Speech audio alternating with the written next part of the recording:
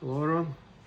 Today I want to comment on one of the toughest workouts I've done lately in double half snatch, double 32s. That's 10 sets of 1 minute work, 1 minute rest. And this kind of workout famous for its biggest value within 10-minute set compared to any other workout because say intervals, the ultimate interval workout classic with 1 minute work and 1 minute rest, and the classic intensity is about 140% from your competition pace. So for example, if you're aiming for about like 65 70 repetitions and 10 minutes, pace 6-7, so your pace for 10 sets of 1 minute should be 10 reps a minute. And so if, let's say, in 10 minutes straight you will get, let's say, like 65 or 70 repetitions, well, in this workout of 1 minute work, 1 minute rest, you will make over 100 repetitions, and that's what's tough about it. So while I was doing the intro, I made it through my first set already, and here we go, the second one. Right away, I will say ahead that I've managed pace 10 repetitions a minute for this workout, and even was able to accelerate last 3 sets with 11 reps and 12 reps and 13 reps at the last minute, and that came as a very pleasant surprise because that's my very first time when I'm actually heading towards a full 10-minute set of double half snatch. I've done 5-minute set before a few years ago in 2022, and that was really hard. I did 5 minutes, I've managed 42 reps, and I was gonna start falling apart. By the end of the 5th minute, I haven't anything left in me back then. But I've done some good progress on double half snatch since then, and I've redid the 10-minute set with 24s, and I did 10 minutes with 28s, 103 reps. And so here we are, heading towards a big set. And my goal for this, just I'll stop my introduction, see what's happening on video. I'm putting on this first beat sensor. I will get to it in a minute. You see this graphic on the right from the video. So yeah, I forget to put it on the first set, so I skip the first 2 sets, but we'll get there in a minute. So what I wanted to say is that heading towards 10-minute set with double half snatch, and while I'm doing 1 step at the time, my ultimate goal is to score Master of Sport International class in double half snatch, because I didn't own one yet, and according to IQ ranking tables, it's a 51 repetition, which is quite a modest bar, but as far as I know, no one ever did 10-minute set, full 10-minute set with 32's double half snatch. What I know is Lindolfo from Brazil. He went for 10 minutes and he almost made it. He did a 9-minute set, which is very impressive because he's 10 kilogram lighter athlete than myself. But I'll try to repeat this achievement, and we'll see will I make it to finish or not this time. But also repetitions for me is important, so this 51 repetition, and if everything will go well, I should be able to manage it in about 7 minutes, which kind of a planned minimum for me, because my last competition result is 5 minutes, and 10 is an ambitious goal, but even if I'll end up with a 7 minutes and 51 rep, I will take it. So that's kind of my setup for competitions. But this training cycle, what I did so far was 5-minute set in California Open IQ World Championship with a solid 42 reps and a strong acceleration last minute, 11 reps. And I haven't posted this video yet, but I've done 6-minute set already with 49 reps and only 2 reps short from Master of Sport International class. And now I'll be doing very soon the video submission for the Austrian competitions, where I will do 7-minute set. And if that will go well, then in person I will give a shot for 10-minute set at New England Classic in Boston on April 5th. So now about this workout. It's a full-size workout, 10 sets of 1 minute work, 1 minute rest, but I was building up to it. So I've done one of my very first workouts. In fact, the very first workout with 32s was 5 sets of 1 minute, and that was scary. So the first 5 sets of 1 minute work, 1 minute rest, I did 8, 8, 9, 9, and 11, and that felt hard.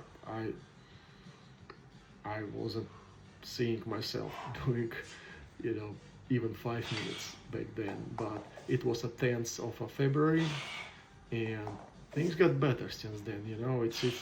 Tools always feel like this, but you just need to squeeze your teeth and be careful and smart about it, to not hurt yourself, and just keep showing up and do one workout after next, and usually by the end of the second week it starts to get better.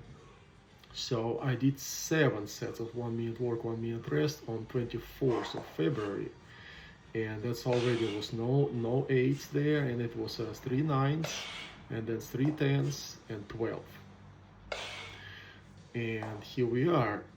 This set was done of 10 ones on March 3rd, and first I thought that I probably will start with 9s, because I never done 10 full sets ever before, but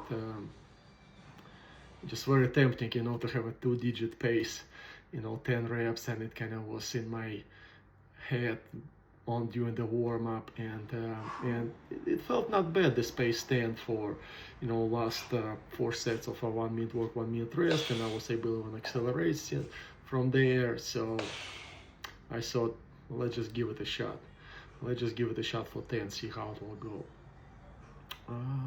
And here we are on the 6th set and doing 10s, and that felt good. So the way I'm pacing myself in double half snatch is very different from long cycle.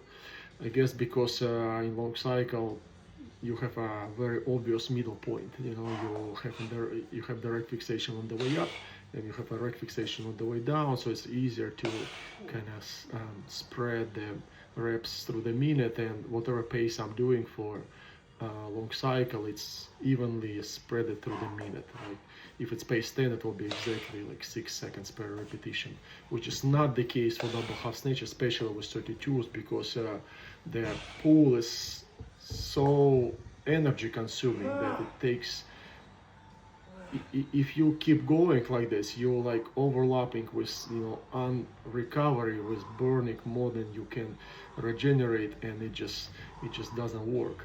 So in fact, with 32s, if you will look on like total time spent in the rack and lifting, it's 50-50, almost like the half of a minute I'm standing in the rack on the average.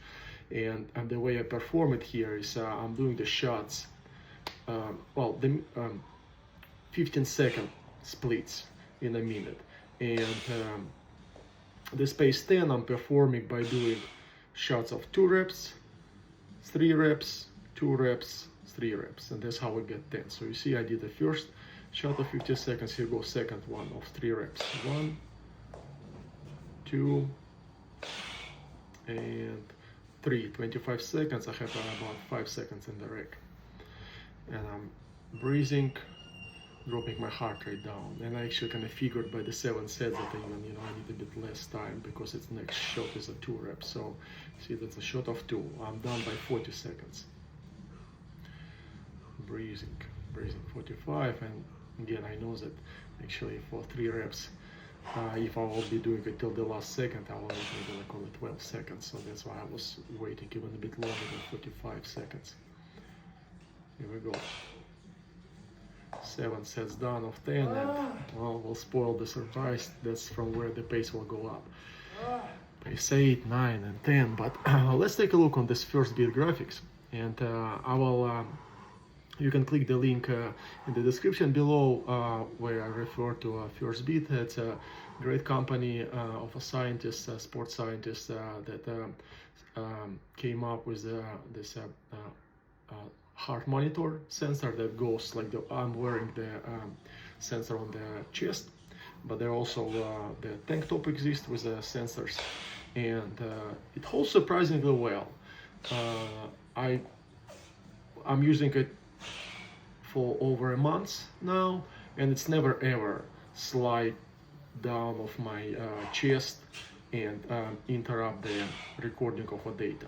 It's even doing all these challenging workouts, it still stays, you know, under my pectorals, on my chest, and the quality of the data recording, is high, and the mistake is only 6%, which I was told is very good. That you can rely on the data with even up to 30% mistake, and mine is 6, so it's basically taking data perfectly. Well, and you can see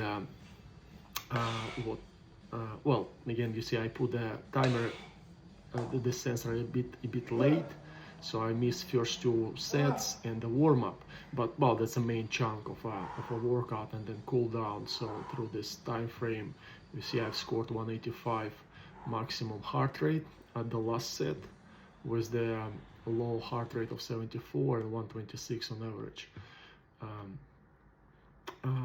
And the epoch peak right after the last set, which is a very good thing, what I was told by this first bit representatives. And epoch stands for excess post-exercise oxygen consumption.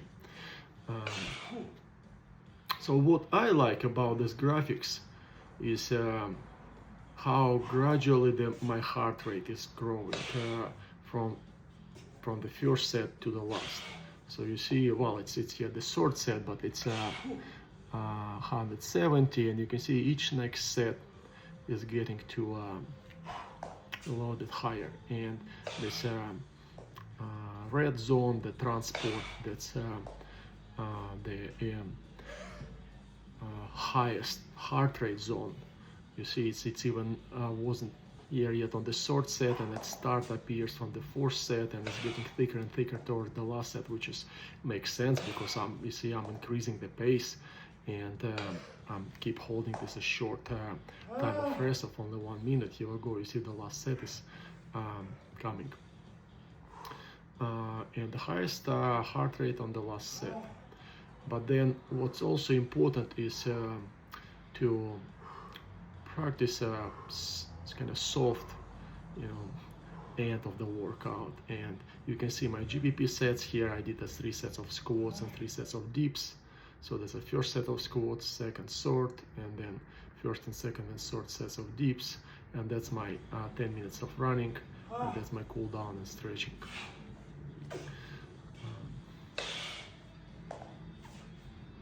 Here we go, the last set.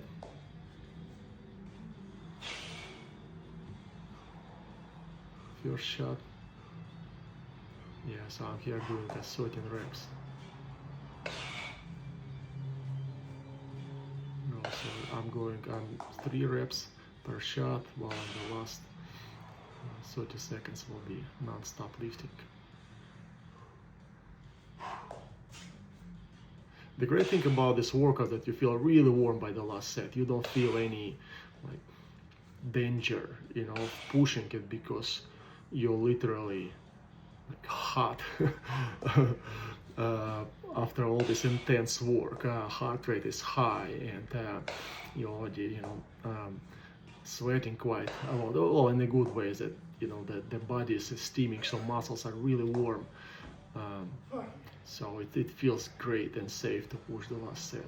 It's a really good workout. Yeah, well, so the next step is a 10-minute set, so we'll see how it will go. Ideally, should land somewhere in the mid-60s. We'll see. All the best.